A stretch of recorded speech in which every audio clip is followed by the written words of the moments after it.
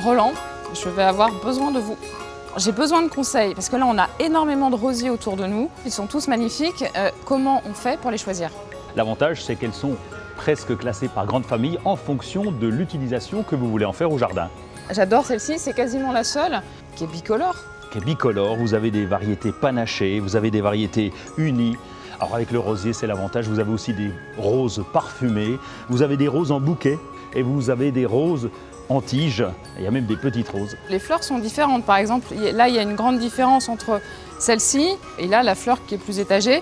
Ah oui, alors vous avez des fleurs doubles et vous avez des fleurs qui ressemblent un peu aux églantiers. C'est de la rose ancienne avec une toute petite fleur. Et puisque vous me parlez de petites fleurs, eh bien vous en avez d'autres ici avec ces mini rosiers qui poussent en balconnière. Ça, c'est aussi un rosier parce que c'est excessivement compact. C'est un rosier, mais un rosier couvre-sol pour mettre dans les talus. Et vous avez l'œil parce qu'il est complètement différent de celui-ci par exemple.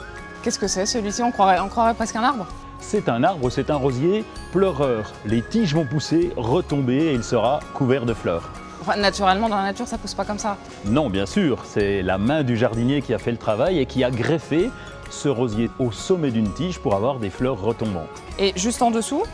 En dessous, ce sont des rosiers-tiges. Vous parlez de greffe, eh bien, il s'agit d'un rosier sur tige qui sera parfait en plein milieu d'un massif. Ça veut dire que toute la partie végétale se trouve au sommet et qu'après, on a simplement l'équivalent d'un petit tronc. C'est ça, contrairement aux rosiers buissons, qui est la famille la plus importante, qui vont pousser en touffe environ à 1 mètre de haut. Il est recouvert en fait de végétation, du feuillage, quasiment du sol jusqu'aux fleurs. Depuis la base jusqu'au sommet, en fonction des variétés, nous avons des hauteurs différentes.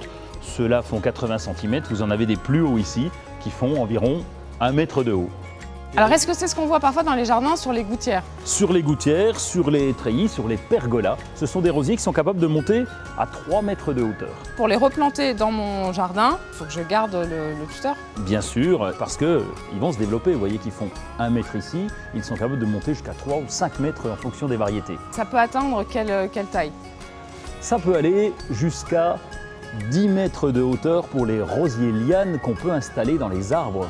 Et puis au plus petit, eh bien, vous avez ces mini rosiers qui restent en balconnière.